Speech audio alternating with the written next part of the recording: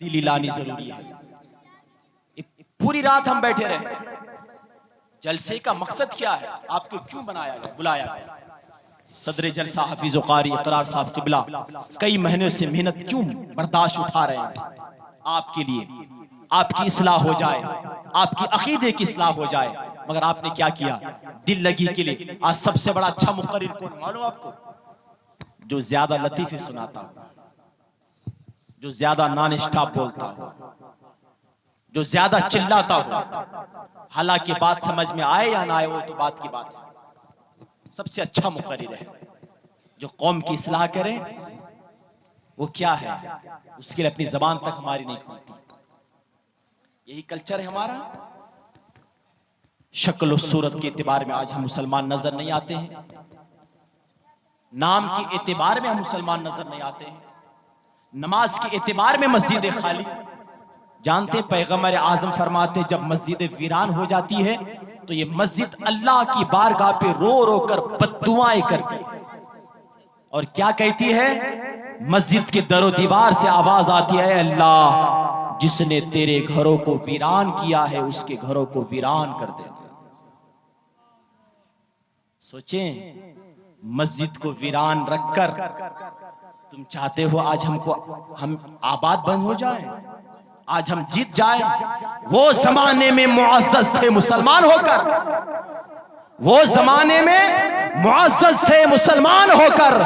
हम तारीको, हम जलीलो खार हुए तारीकी कुरान होकर। बेशक हम जलीलो खार हुए तारीकी कुरान होकर। हमारे हाथों पे कुरान का दामन कहां है? आज जहेज के नाम पर हमारी बहनें सुसाइड करके मर रही है।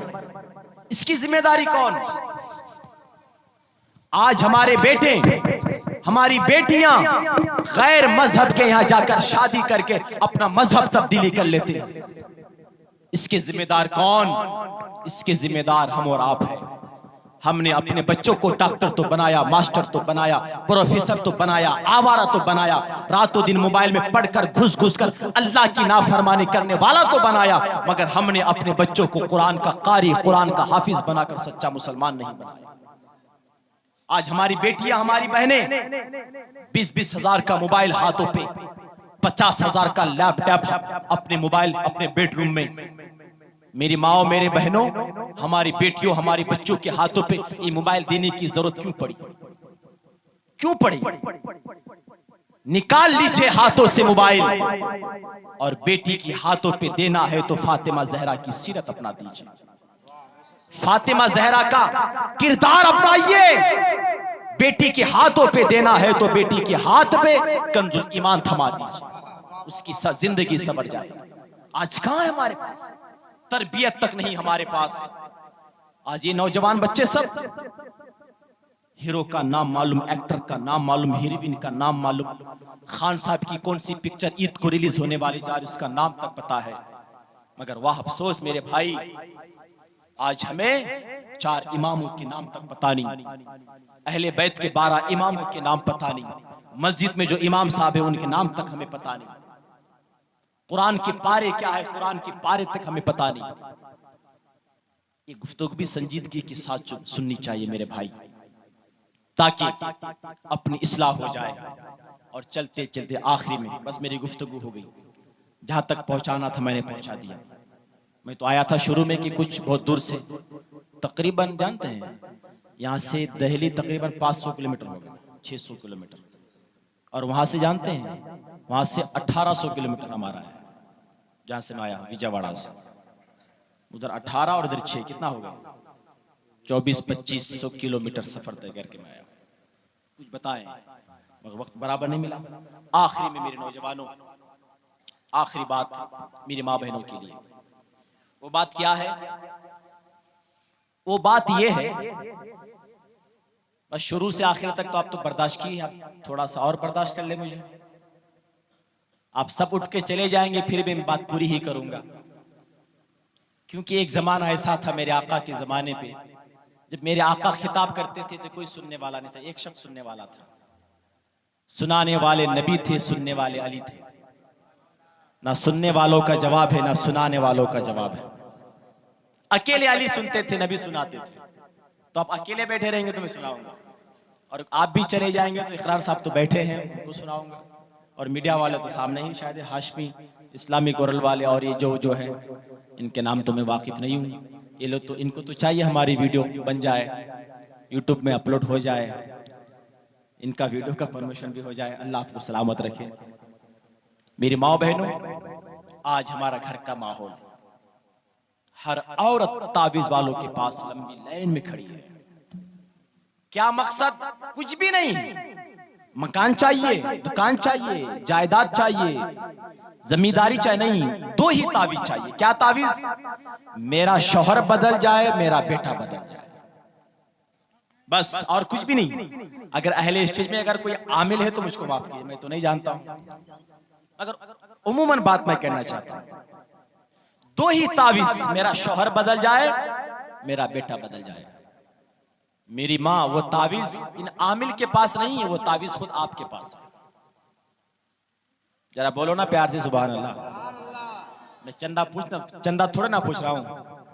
अभी जरा आप हमारे गुलाम गौस गजाली साहब जो निस्बत रखते हैं इमाम मोहम्मद गजाली से, जिनका मज़ार बगदाद शरीफ में, और आप लोगों की दुआ से 2018 में मैं बगदाद शरीफ की हाजिरी मेरी हो चुकी है। सरकार गौसे पाक की बारगाह की हाजिरी हो चुकी है, और आपकी दुआ से, मेरी माँ बाप की दुआ से मदीना मुनव्वरा की हाजिरी तो 3 मरतबा हो चुकी है। वाह वाह माशाअल्लाह। ये चंद चीजें थी जो बतौर तहदीस नेमत के तौर पर मैं आपको बताना चाहता हूँ। मेरी माँ बहनों, ये 2 तावीज का हुनर आपके पास है। वो क्या है? वो एक ही चीज है कि जिस घर की औरत सुधर जाए वो पूरा का पूरा खानदान सुधर जाता है। सुभान अल्लाह। शौहर बिगड़ गया तो क्या हुआ? आप फातिमा की सीरत अपनाने वाली हो जाए। कैसी सीरत? फातिमा जहरा का निकाह है, फातिमा जहरा की रुखसती हो रही है, मेरे आका की आंखों पे आंसू है, बेटी की रुखसती है। कौन बाप बेटी की रुखसती के वक्त आंखों पे आंसू नहीं लाता? मेरे आका बच्चों की तरह पर्दों पे जाकर सरकार आंखों से आंसू पोंछते हैं, मगर बेटी भी बेटी थी फातिमा जैसी, कोई और बेटी नहीं, फातिमा जैसी बेटी ना कयामत तक पैदा हुई है ना कोई पैदा हो सकती है। बेशक हक है माशाअल्लाह। फातिमा ने देख लिया, पीछे से जाकर बाबा के बाजू थाम लिए। अब्बा जान, आपकी मर्जी थी, आपने निकाह पढ़वाया, आपने इजाजत दी, मैं रुखसती मेरी हो रही है। अब्बा जान, आपकी आंखों पे आंसू, आप बच्चों की तरह रो रहे हैं। आका फरमाते, बेटी फातिमा जा तो रही है, मगर बेटी फातिमा याद रखना, जाने से पहले तुम्हारा बाप तुम्हें चंद नसीहतें करना चाहता है। काश आज की माँ, आज का बाप अपनी बेटी को रुखसती के वक्त ये नसीहत जो पैगंबर आजम ने अपनी बेटी फातिमा को दी थी, वो नसीहत अगर आज हम भी अपनी बेटी को दे ले तो याद रखना, 50 लाख का बंगला एक तरफ, 25 लाख की गाड़ी एक तरफ, 50,000 का मोबाइल एक तरफ, 2 लाख का बुलेट गाड़ी एक तरफ, 50 लाख का सोने का जेवर एक तरफ, वो एक तरफ मिलकर उतना काम नहीं कर सकता है जितना काम मेरे आका की 2 नसीहतें अकेले एक तरफ कर सकती। वो क्या नसीहत थी? आका ने बेटी फातिमा सैयदा तैयबा ताहिरा जाहिरा की पेशानी को बोसा दिया, चुमा है, और फरमाते, बेटी फातिमा जा तो रही है, मगर याद रखना, आज के बाद तेरा दाईमी घर जो घर है वो अली का घर है, और तेरा बाप का घर ये तेरा मुसाफिर खाना है। मुसाफिर खाना है, हमेशा घर वो है। बेटी फातिमा जा तो रही है, कभी अली को नाराज ना करना। और बेटी फातिमा, अगर अली नाराज हो गए और इसी हाल में अगर तुम्हारा इंतकाल हो जाए तो बेटी फातिमा याद रखना, मैदान कयामत में तुम अपने अब्बा का चेहरा देख नहीं सकती। कौन पैगंबर जो एक तरफ फरमाते मेरी बेटी फातिमा मेरी जिगर का टुकड़ा है, वो पैगंबर अपनी बेटी फातिमा के बारे में फरमाते हैं मेरी बेटी फातिमा जन्नत की औरतों की सरदार है। आज वही फातिमा से आका फरमाते, मेरी माए सुने, थोड़ी देर सुने, आपका बेटा आपका भाई समझ कर सुने। आका ने फरमाया, बेटी फातिमा अली को नाराज ना करना, और जो अनमोल नेमत जो थी, मेरी बहनें, मेरी बेटियां, आप भी सुने, वो अनमोल नसीहत, वो अनमोल पैगाम मेरे आका का फातिमा के बारे में ये था कि बेटी फातिमा, जब जब अली घर में आया करे, अली के इस्तिकबाल के लिए खड़े होकर अली को सलाम करना, अल्लाह ताला 100 हज जिहाद करने का सवाब अता फरमाए। इस पर तो बनता है सुभान अल्लाह कहना, बनता है ना, तो बोलिए सुभान अल्लाह। सुभान अल्लाह। जब जब अली घर पे आए तो इस्तिकबाल के लिए खड़े हो जाना और खड़े होकर मुस्कुराकर सलाम कर देना, अल्लाह ताला 100 जिहाद का सवाब अता फरमाए। काश ये 3 नसीहतें हम कर सकते। हम क्या करते हैं, भाई आकर कहता है दीदी जा रही हो, जा टाटा, रोना नहीं, हंसते हुए जाओ, वीडियो वाले वीडियो बना रहे हैं, स्माइल करते हुए जाओ, घूंघट उठाते हुए जाओ, नहीं शान से जाना। और आज के बाद अगर जीजू कुछ कहे मुझे फोन करना, क्या समझता है वो, उसका पूरा खानदान को अंदर डाल दूंगा। यही नसीहत है, यही तो बात है। काश मेरी माँ, आज से बात आप जाइए, आप हमारे नौजवान हैं, मौलाना आकर हमको प्रधानमंत्री बना दिया, आज के बाद हमारी बीवियां हमारी खिदमत करेगी। याद रखना, जितना हक बीवी पर शौहर का है, उतना हक बीवी का शौहर पर है। याद रखिए, इसमें तो सुभान अल्लाह नहीं बोलेंगे ना कि आपकी बात आ गई, आप जी जी, जितना आपका ख्याल वो करेगी, उतना ख्याल आपको भी उनका करना चाहिए। क्योंकि किसी दानिश्वर ने कहा था कि औरत कभी अपनी उम्र नहीं बताती और शौहर कभी अपनी आमदनी नहीं बताता। क्यों? क्योंकि औरत अपने लिए कभी नहीं जीती और शौहर अपने लिए कभी नहीं कमाता। अरे यार जरा बोलो तरफ के सुभान अल्लाह। सुभान अल्लाह, माशाअल्लाह। आपके अंदर जवानी नहीं है तो मेरे अंदर जवानी कहां से आएगी। शौहर कभी अपने लिए नहीं कमाता, बीवी बच्चों के लिए कमाता है, और औरत कभी अपने लिए नहीं जीती, वो अपने शौहर अपने बच्चों के लिए जीती। बेशक, सुभान अल्लाह, सुभान अल्लाह। आप कहीं चलिए घूमने, अजमेर शरीफ, दिल्ली पहुंचे, अच्छा खूबसूरत कपड़ा नजर आए, आप नहीं लेंगे, मगर वही कपड़ा बच्चों के लिए नजर आ जाए, बीवी की एक साड़ी नजर आए, आप खरीद लेंगे। अरे यार मेरी महबूबा खुश हो जाएगी, मेरे बच्चों को काम आ जाएंगे। औरत अपने लिए कभी लजीज खाना नहीं पकाती, मगर रात 1 बजे शौहर आकर कहे मुझे भूख लगी है, तो आधी नींद को कुर्बान करके बीवी उठकर लजीज से लजीज खाना पकाकर आपके लिए तैयार करे। बेशक। आज हमारे अंदर तलाक की नौबत, हमारा फलसफा हमको समझ में नहीं आया, और ये आज का जालिम, अरे जिसने अपनी बीवी का हक दे नहीं पाया, वो आज हमारी बीवी के बारे में हक की बात करता है। आज तलाक के मसले पर बहस, ये तलाक की नौबत नहीं आई अगर आज हमारे पास आपस में हल मिलकर जो पैगंबर आजम सल्लल्लाहु अलैहि वसल्लम ने हजरत फातिमा जहरा को जो नसीहत की थी, वो नसीहत का काश अगर आज हम भी करें। आपका शौहर घर पे आए, आप उठकर खड़े हो जाए, सलाम करें, कीजिए सलाम, करके देखिए, आप करके देखिए, फातिमा की सुन्नत पर अपनाइए। उस घर में मैं जिम्मेदारी के साथ कहता हूं, उस घर पे कभी तलाक की नौबत कभी आएगी। सुभान अल्लाह, हक है, बेशक। शौहर का मूड कितना भी ऑफ हो, अगर आपकी बीवी आपकी ताजीम करे, आपको इज्जत दे और खड़े होकर मुस्कुराकर सलाम कर दे, तो दुनिया की थकावट एक तरफ, आपकी नजरों के सामने आपकी बीवी का मुस्कुराना एक तरफ। बेशक बेशक, हक है, माशाअल्लाह। फातिमा जहरा की सुन्नत है। नबी ने बेटी की पेशानी को बोसा दिया, फरमाया बेटी याद रखना कभी ना आना, और अली जब जब आए तो अली के लिए इस्तिकबाल के लिए खड़े होकर सलाम करना। और आपसे भी मैं गुजारिश करता हूं मेरे भाइयों, और हजरत अली को नसीहत क्या थी, नबी ने अली को भी तो नसीहत की थी बाद में, वो भी सुने।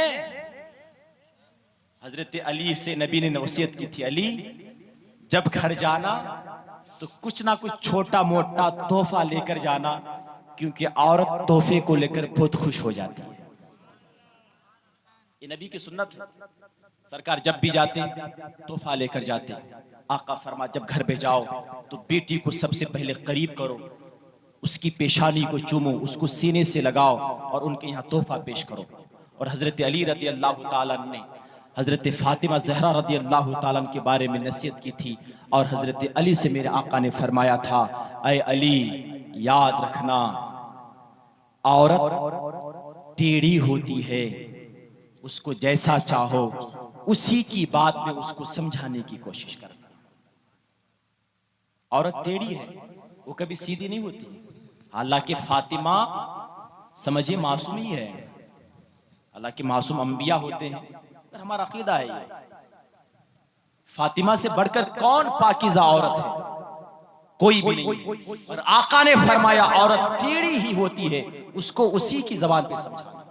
मेरे भाइयों, मेरे बुजुर्गों, मेरे दोस्तों, बातें और ज्यादा कहने को नहीं है, बस पूरी जिंदगी बताकर क्या फायदा।